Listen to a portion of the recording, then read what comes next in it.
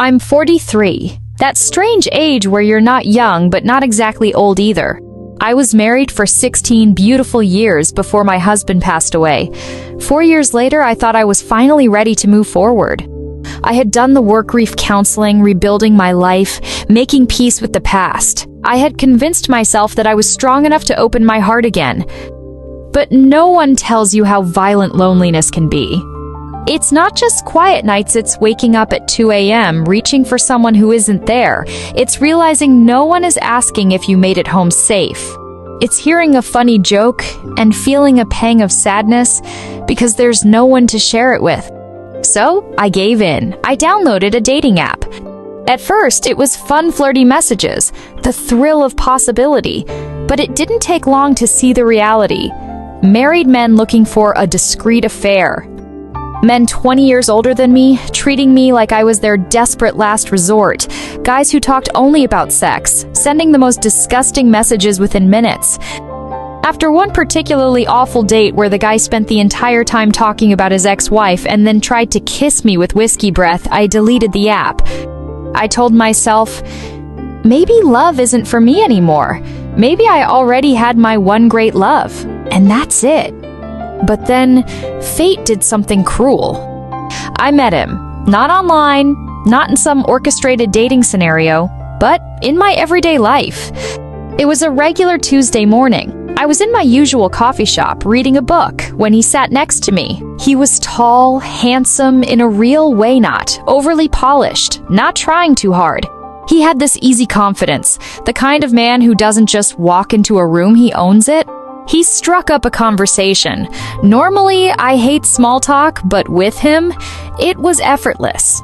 He made me laugh. Not the polite kind of laugh, the real kind. The kind that shakes the walls of grief you've built around yourself.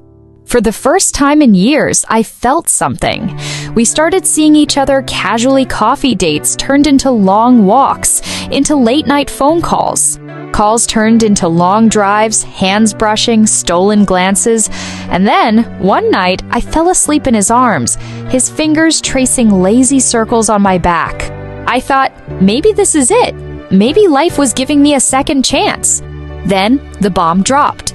One night, we were at his place. I had cooked him dinner, something I hadn't done for another man in years. We were laughing, drinking wine, the air thick with something electric. Then his phone buzzed. He grabbed it so quickly, so desperately, that my stomach dropped. He muttered something about work, but his entire body language changed. His shoulders tensed. His face fell. Something wasn't right. I don't know what made me do it, but when he got up to go to the bathroom, I glanced at his phone. The name on the screen wasn't boss or work. It was Sarah. And then came the message. I miss you. When are you coming home? I felt sick. When he came back, I confronted him. He sighed, ran a hand through his hair, and then with the most casual voice he said, I never lied to you, you just never asked. Turns out, I was the other woman. His wife had no idea I existed. He wasn't separated. He wasn't unhappy. He just liked the thrill. I left that night, numb, hollow. The next morning, he called, and called, and called.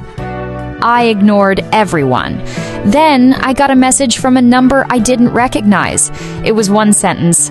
You're not the first. You won't be the last. I blocked them both, deleted his pictures, wiped everything. I should be shattered, but all I feel is angry. Because I was fine before this. I was healing. I was whole. And this man, this selfish, careless bastard, reopened every wound. So, I'm done. I don't care if I'm alone forever. I'd rather be alone than be someone's fool. I will be very grateful if you subscribe to our channel.